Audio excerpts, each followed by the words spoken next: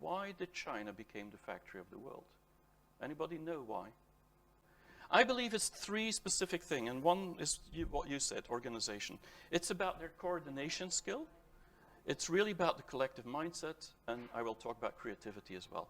Chinese love to be coordinated. What it means is from child on, when they're young, they learn really to be the best, the master, the expert in one domain. You have to be great in one thing at least. And then they pass that along to the next one, who's again wants to be the best in his own domain. And so in production, this is very useful because that really goes very, very fast as everybody wants to be the best. And this is something that is part of their mindset, their way of education and the way that they actually operate.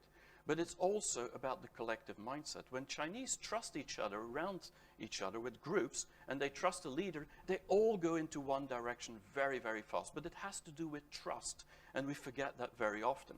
And finally, I would say, Chinese are some of the most creative people on the world.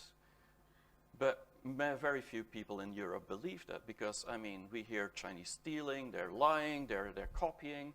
Basically, the Chinese are memorizing everything in school, so why would they be creative? But give them a problem, and they're the best pragmatic problem solvers on the planet. They love to solve problems and puzzles. And so this really is something that we call the pragmatic China. It's all about you have a problem and you want to solve it. And I've lived almost 20 years in China, and every day I was like in Shanghai saying like, how did they solve this? I mean, this can only be happening in China. But this, for factories where you have payment issues, logistic issues, distribution issues, supply chain, quality issues, you constantly have issues, well, solving problems is one of the most important things around. Now, I know you want